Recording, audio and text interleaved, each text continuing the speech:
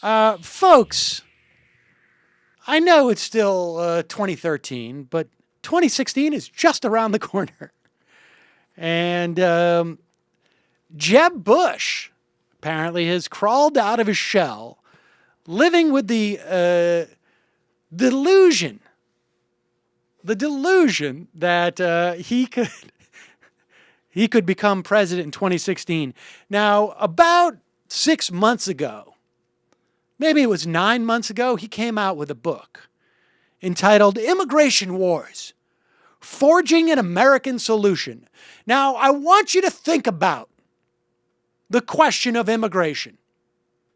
What is the central question that is being debated today in terms of immigration? When we talk about immigration solutions, what is the central question? I would suggest that the central question about immigration reform is, of course, a path to citizenship. Well, his book, the book just came out. He wrote it over the past year.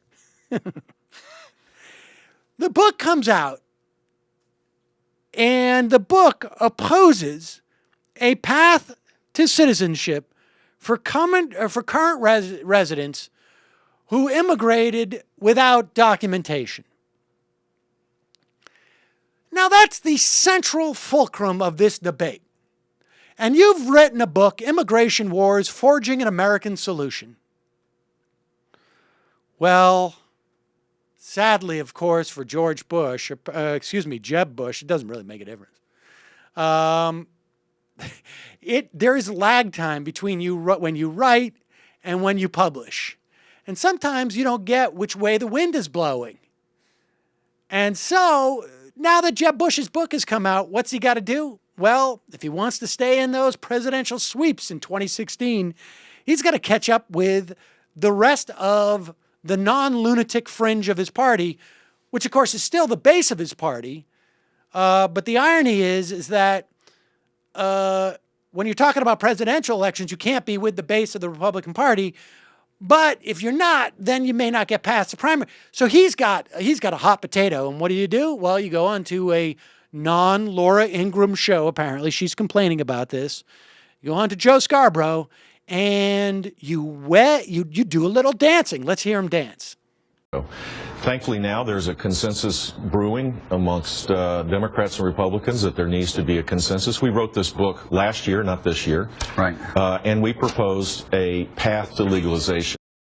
Now, we wrote this book last year, not this year. So, I mean, all of this good, deep policy thinking, forget about that. Go ahead. So anybody that had come illegally would have immediately a path to legalization. What's the difference between a path to legalization and a path to citizenship, and why is that so important? The principle underlying what we've proposed is that if you don't have a difference between a path to citizenship or a path to legalization, you're going to create a magnet going forward for more illegal. You're going to repeat what happened in the days that's the objective. with the Reagan amnesty. So going forward, we wrote this last year. Going forward, if there is a difference, if you can craft that in law, where you can have a path to citizenship where there isn't an incentive for people to come illegally, I'm for it. I don't have a problem with that. I don't see how you do it, but I'm not smart enough to figure out every aspect of a really complex. Okay, so let's unpack this for a moment.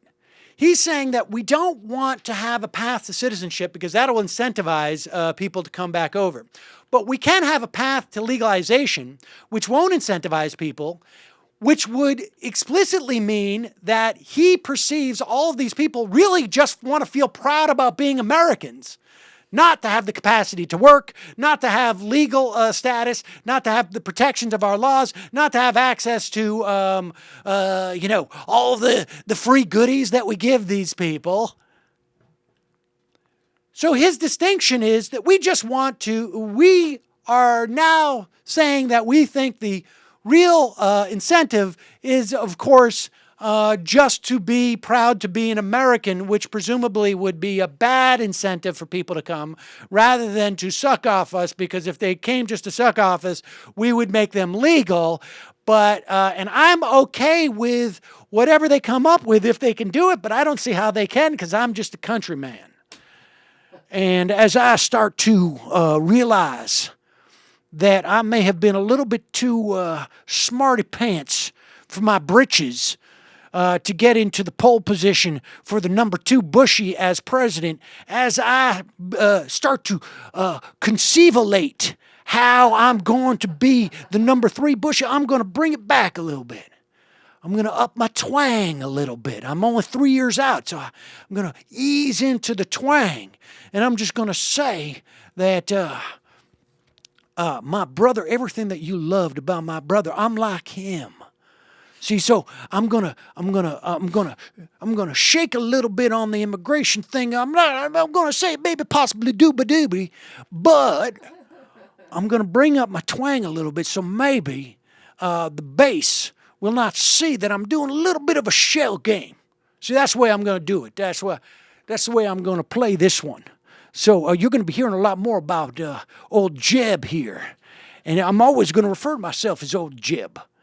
No, not just Jeb, but you're going to be old Jeb. And so that way I'm going to set myself up. 2016 can be done. Said it couldn't be done, can be done. I'm going to make you forget the other Bushies. You think Jeb resents his brother for being better at retail politics than him? Oh, yeah. Are you kidding?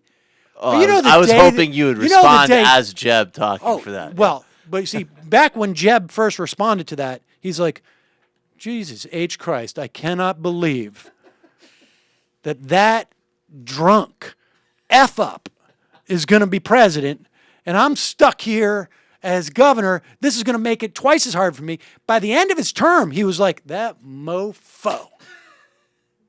But then it just clicked, and he just realized, like, it's been 4 years.